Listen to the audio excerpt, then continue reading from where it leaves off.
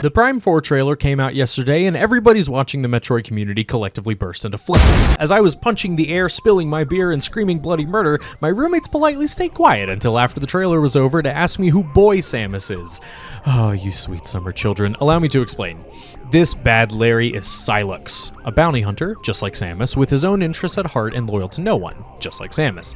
See, he was introduced into Metroid canon in 2006 on the DS title Metroid Prime Hunters. The game's plot has a super weapon that has drawn a ton of different bounty hunters to it, all seeking the power of the Omega Cannon for themselves, except for Samus, who wants to destroy it, because she's awesome.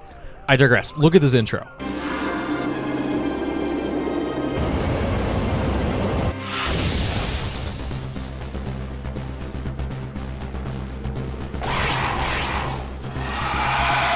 Badass, right? The Rogues Gallery of Bounty Hunters was one of the coolest things for Metroid fans back in 2006.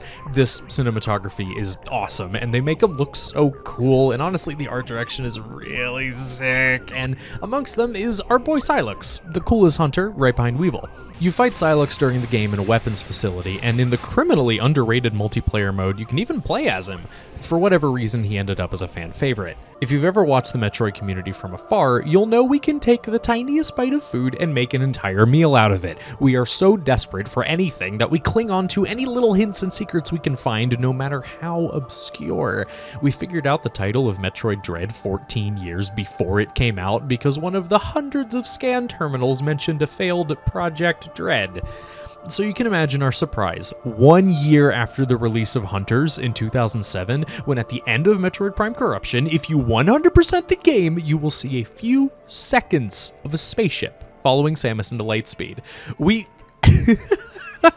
We all thought that because the colors line up with SYLUX's power suit.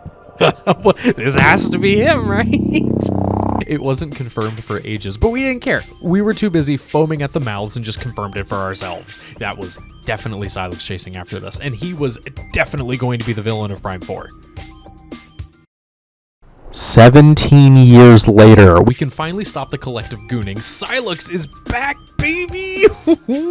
Alright, okay. Let's learn a little bit about him. And don't forget, Metroid fans don't get much, so here's everything we know. Don't get too excited. In Smash Brawl, there's a trophy for SYLUX that reads, "A skilled marksman and bounty hunter experienced in espionage skills such as scouting and tracking."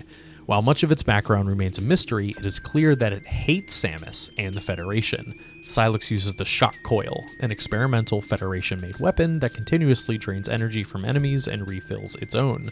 This was before E3 2015, where Metroid director Kensuke Tanabe referred to SYLUX with male pronouns, and went on to mention he wanted to make a Samus vs. SYLUX game.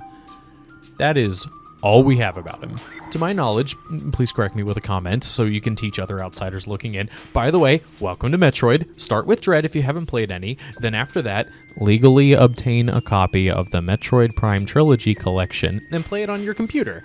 That should get you immersed enough into the Metroid world and give you many awesome games to play. They really haven't aged that much. And honestly, Prime Remaster on the Switch is just a criminally good video game. Now, from the trailer, we have a massive question ahead of us. How on earth is SYLUX leading a company of space pirates? They are loyal to no one but themselves and Ridley. They had a short stint of subservience under Dark Samus, but that was mostly because they were corrupted by Phazon.